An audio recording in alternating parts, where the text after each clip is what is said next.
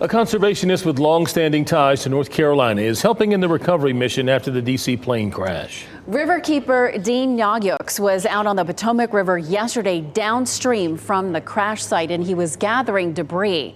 WRAL's Laura Leslie talked with him today about what he found and what it was like. Dean Naujoks was a longtime riverkeeper here in North Carolina for the Neuse and Yadkin rivers before he moved up to Washington, D.C. to become the Potomac Riverkeeper.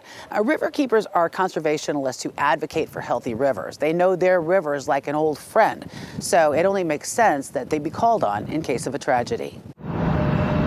Plane crash investigations are like a jigsaw puzzle. Finding all the pieces is a grim task. I think this is a seat.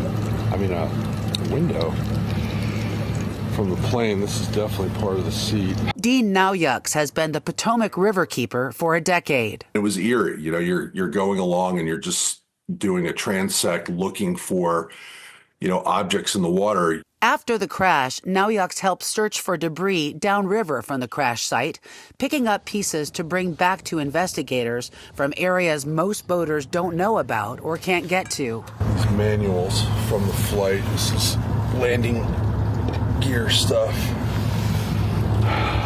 Found the sweater. One arm of a sleeve.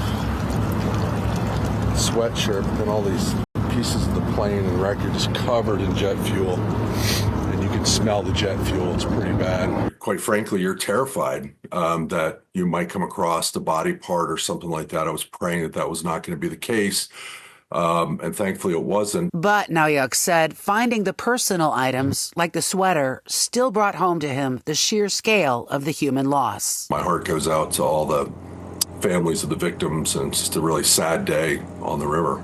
Naujoks did want to emphasize that he did have the permission of the FBI and Alexandria police to help them in that search for debris, and that each piece of debris that he found was documented and turned over to crash investigators.